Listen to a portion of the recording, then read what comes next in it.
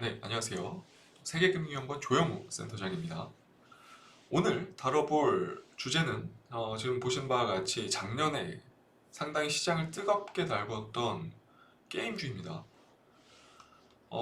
게임주 올해 들어서 상당히 좀 어려움을 겪고 있는데 크래프톤 같은 경우는 보시는 바와 같이 올해 들어서 만 40% 가까이 하락을 한 상태고 펄어비스 역시 30%, 위메이드 작년에 NFT로 시장을 뜨겁게 달궜던 위메이드 역시 34% 정도 가까이 좀 하락을 한 상태고 작년에 오딘의 신작 흥행으로 좀 시세를 분출했었던 카카오 게임즈 역시 26% 정도 하락이 나온 상태고요. NC소프트 같은 경우는 이미 작년부터 계속해서 추세적인 하락을 막고 있었던 그런 상황이다 보니까 수치로만 보면 조금 낮아 보이지만 체감은 크래프톤과 크게 지금 다르지 않은 그런 상황이라고 볼 수 있을 것 같습니다. 넷마블 역시도 마찬가지고요. 이미 추세 하단에서 계속해서 좀 오랜 기간 박스권 하단을 만들고 있었던 그런 종목이다 보니까 오히려 신저가가 계속해서 좀 만들어지는 그런 패턴을 만들어내고 있는 그런 상황입니다. 이렇듯 지금 K뉴딜 지수 관련된 종목군들이 상당히 흐름들이 좀 좋지 않은 그런 상황이고요. 작년에 시세를 그렇게 분출했음에도 불구하고 좀 아이러니하죠. 지금 게임주를 사실 국내 게임주를 투자하시는 분들 같은 경우는 제가 생각했을 때는 게임주를 성장 산업이라고 생각하시는 분들이 다수일 것 같아요. 그렇지만 국내 게임사의 경우는 제가 지난번에도 좀 말씀드렸었던 것 같은데 국내 게임사 같은 경우는 내수용이 거의 90% 이상인 게 사실이죠. 그 말은 결국 파이 나눠먹기가 진행 중이란 말인데 이게 문제는 게임성보다는 계속 상업용 게임들, 그러니까 계속해서 비슷한 IP를 활용한 구조의 확률형 뽑기 시스템이 어, 너무 오랜 기간 지금 고착화되고 있다는 사실이 문제라는 겁니다. 그런데 또 아이러니한 거는 지금 구글 앱스토어 가셔서 매출 순위, 그러니까 모바일 게임의 매출 순위를 확인해 보시면 이러한 과금 방식, 그러니까 확률형 뽑기 과금 방식을 채택하고 있는 그런 기업들의 게임들이 지금 줄을 1위부터 10위 안에 거의 한 50% 이상을 차지하고 있다는 게 현실이고요. 대부분 매출 1, 2등 역시 NC소프트 또는 카카오 게임즈가 계속해서 엎치락 뒤치락 하고 있는 그런 상황입니다. 그만큼 사실 3, 40대를 타겟으로 좀 게임들을 만들어내고 있는 그런 상황이다 보니까 이게 반복되다 보니까 솔직히 말해서 그나마 국내 대기업 게임사에서 나오는 신작들을 보면 다 똑같은 구조의 과금 BM 정책들을 지니고 나오고 있습니다. 결국 이러한 부분에 유저들이 좀 어떻게 표현을 해야 될지 모르겠지만 좀 지친다고 표현을 해야 될 것 같아요. 지치면서 성장성에 계속해서 추가적인 의문을 좀 두고 있다고 좀 말씀을 드리고 싶고요. 해외 진출보다는 그냥 한탕주의가 좀 계속해서 좀 진행되고 있는 그런 상황이라고 좀 보시면 됩니다. 그렇다면 국내 게임사에서 이러한 구조를 지니고 있지 않은 기업들을 좀 살펴봐야 될 것 같아요. 뭐 이런 케이스의 기업들은 방금 말씀드렸다시피 카카오 게임즈라든지 NC소프트라든지 뭐 넷마블 같은 기업들이 이러한 종목군에 속하겠죠. 그렇다 보니까 최근의 하락 패턴 역시 좀 더 이러한 종목들에서 가파르게 일어나고 있는 그런 모습을 좀 보실 수 있습니다. 어, 제가 생각했을 때는 그나마 좀 게임성에 중점을 두고 있는 업체가 펄어비스 그리고 조금 더 영역을 확장시켜서 보면 크래프톤까지라고 저는 말씀을 드리고 싶은데요. 크래프톤 같은 경우는 사실 지금 하락 같은 경우는 좀 낙폭이 과하다고 좀 저는 볼 수 있을 것 같습니다. 대표적인 배틀그라운드, 그러니까 대표적인 게임의 배틀그라운드의 실적두나 그리고 의무 보호 예수 물량이 작년 말부터 계속해서 좀 해제가 되면서 꾸준히 출해가 되고 있는 점도 사실 좀 부담인 상황이 있고요. 거기에 좀 덧붙이자면 크래프톤 같은 경우 공매도 매매 비중이 상당히 높습니다. 그렇다 보니까 이를 좀 악용한 세력들이 좀 존재를 하고 있다고 저는 보고 있고요. 그래서 이런 부분들이 좀 과도하게 좀 집중이 되고 있는 그런 상황이다 보니까 어, 가격이 좀 싸 보이죠. 사실 솔직히 말해서 다른 게임사들에 비해서 지금 밸류에이션을 책정을 해보면 주가는 많이 쌉니다. 지금. 그렇다 보니까 저는 개인적으로는 뭐 물론 내일 대주주 및 기존 주주 물량 그리고 기관 투자자의 뭐 6개월 보유예수 물량이 한 21만 주 정도까지 21만 주 정도가 되는데 이 부분이 해제되면 전체 상장 주식 수의 한 26% 정도가 해당하는 물량이라서 이게 가장 큰 걸림돌이기는 한데 사실 보유예수 물량들이 풀린다고 해서 이게 모두 악재로 해석이 되지는 않습니다. 그러한 부분들이 저는 개인적으로 이러한 심리적인 부분을 반영해서 공매도 세력들이 1월 동안 활용을 한 게 아닐까 싶고요. 그래서 어, 최근 기업 가치에 비해 좀 저는 과도한 면이 좀 있다고 봅니다. 하락하는 부분에 있어서요.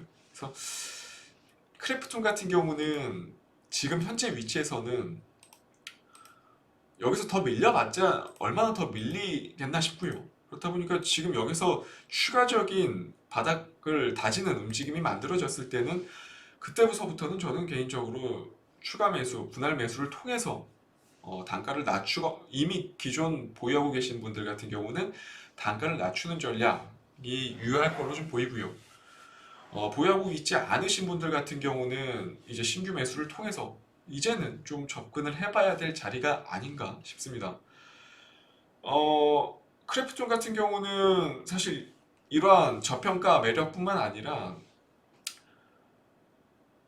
올해 대형 신작이 2종이나 좀 공개가 됩니다. 지난해 해외 미국 업체죠. 미국 업체를 인수한 언노운 월즈가 만든 신작 그리고 또 다른 산하 개발사인 디스턴스 스튜디오가 제작한 칼리스토 프로토콜이라는 게임이 공개될 예정이고요.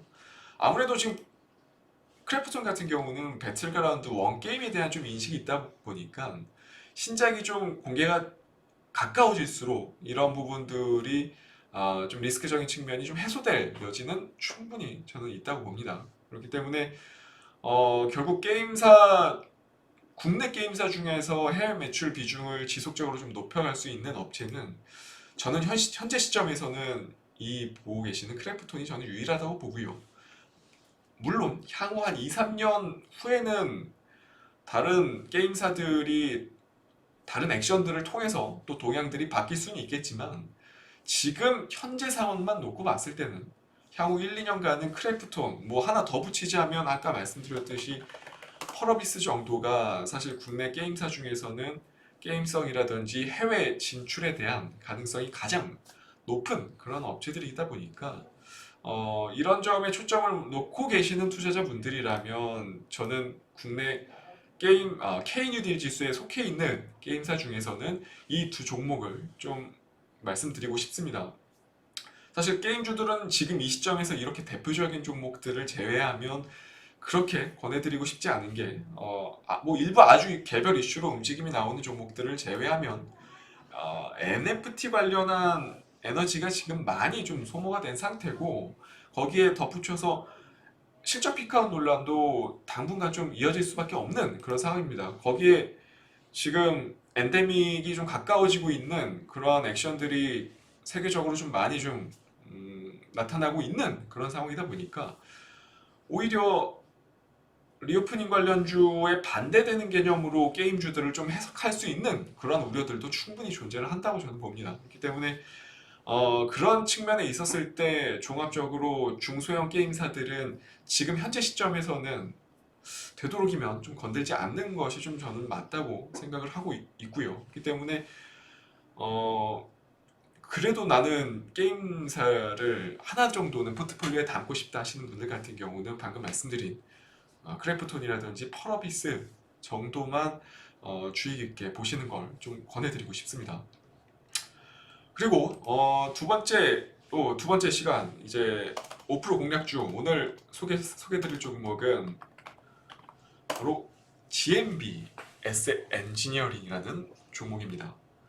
조금 생소하실 거예요. 이게 신규 상장한 지 얼마 되지 않은 그런 기업이다 보니까 조금 생소하실 텐데, 이게 반도체 칩대 공정에 직접적인 관여를 하는 장비 소재 업체는 아니지만 결국 반도체 디스플레이라든지 태양광, LED 제조 공정에 발생하는 유해가스를 처리하는 장치, 즉 스크러버 사업을 영위를 하고 있습니다.